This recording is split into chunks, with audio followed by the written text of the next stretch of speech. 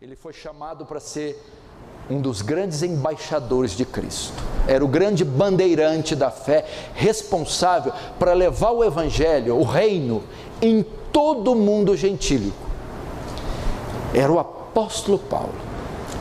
Mas de repente, esse apóstolo, que já passou e havia passado por várias aflições, situações, estava com planos de expandir o reino de Deus, cheio de esperança, de projetos, de planos, de expectativa. Mas o apóstolo Paulo é pego, ele é algemado e ele é preso, e agora ele está em uma cadeia em Roma, preso com 2 soldados, um de cada lado, que fazem turno e retorno, de modo que ele não fica nem um minuto sequer sem estar acorrentado ou vigiado por um guarda romano.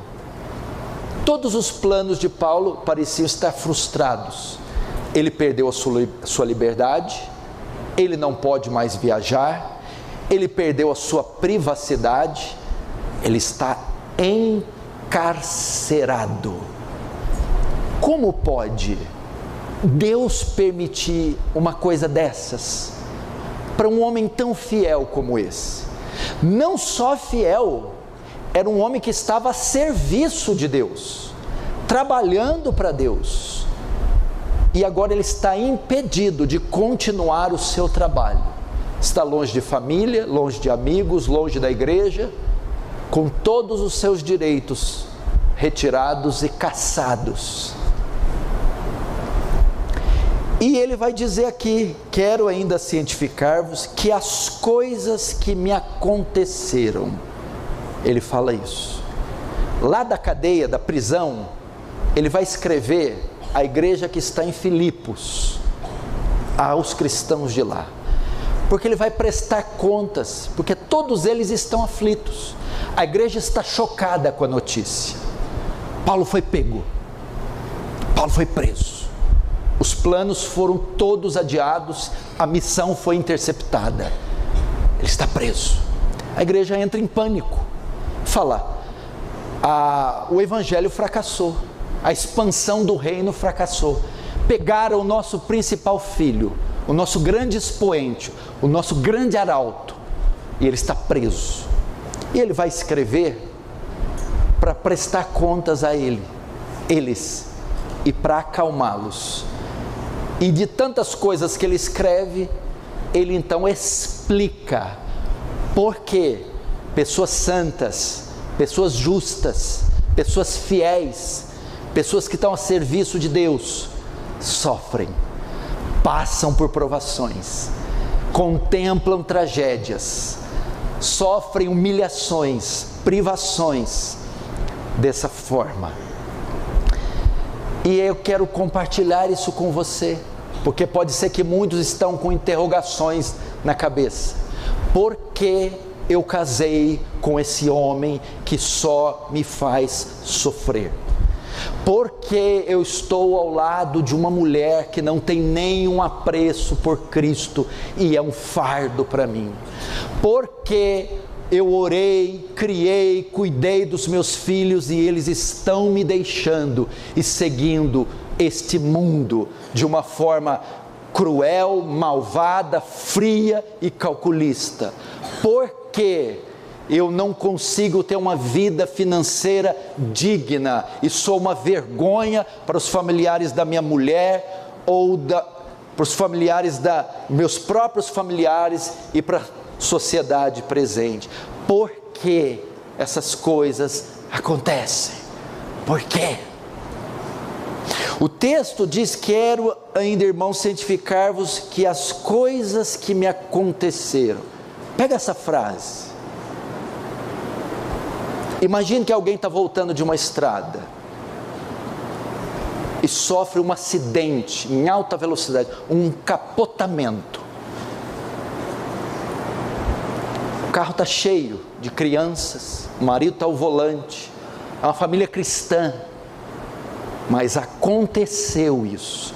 O texto sugere que coisas acontecem conosco. Coisas acontecem conosco. Tragédias acontecem conosco. Tribulações vêm até nós. Qualquer dia você que vai estar aqui dizendo: aconteceu comigo, aconteceu lá em casa, aconteceu nos exames, aconteceu na minha família, aconteceu comigo. Paulo agora é a vítima. Aconteceu comigo, Filipenses. Fui pego, fui encarcerado, fui acometido de um mal. Essas coisas acontecem. E você está aí dizendo: comigo também. 3 anos atrás, quando eu fui mexer no celular dela, eu vi aquilo que eu temia aconteceu comigo. Quando eu cheguei no quarto do menino para arrumar as gavetas e abri a gaveta, eu vi um objeto lá que eu não esperava ver. Aconteceu comigo. Quando eu fui fazer um exame de rotina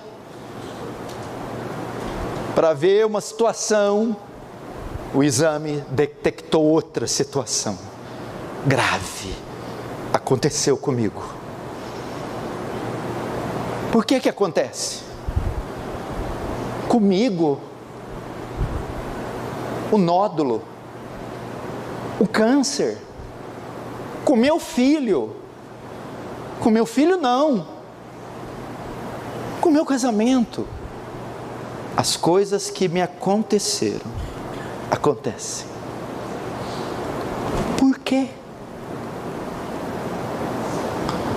Veja só, vocês vão entender. Agora você imagina um soldado amarrado 12 horas com Paulo e outro que 12 horas comigo? É muito tempo para eu evangelizar. Ele começou a evangelizar. E esses guardas começaram a se converter. E eram enviados para o palácio, para o coração do império, convertidos. De modo que no capítulo 4, verso 12, Paulo vai dizer: vos saúdo os da casa de César. O quê? Os da casa de César? Já tem gente da casa de César salvo? Sim. Mas como foi feito isso? Foi quando esses guardas, vigiando Paulo, foram por ele evangelizados e, através da evangelização, salvos. E começou a acontecer conversões em Roma, e alguns estudiosos dizem que todo o império começou a ser alcançado. Como? Através das coisas que me aconteceram. Você deseja muito ir a Roma, não deseja, Paulo? Desejo. Você deseja muito ganhar almas do mundo inteiro? Desejo.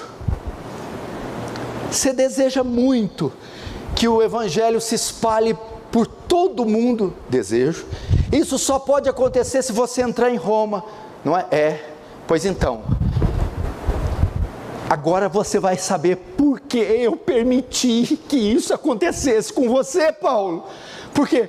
Porque essa era a única forma de você entrar em Roma, através de sofrimento, privação, humilhação, vergonha e tribulação. Talvez quando esse homem recebeu a sentença, ele nem sabia se ia estar vivo, ele nem sabia se ia resistir à viagem de barco até Roma. Talvez ele por algum momento pudesse ficar com medo, mas quando as coisas foram clareando, tomando forma, então ele foi entendendo.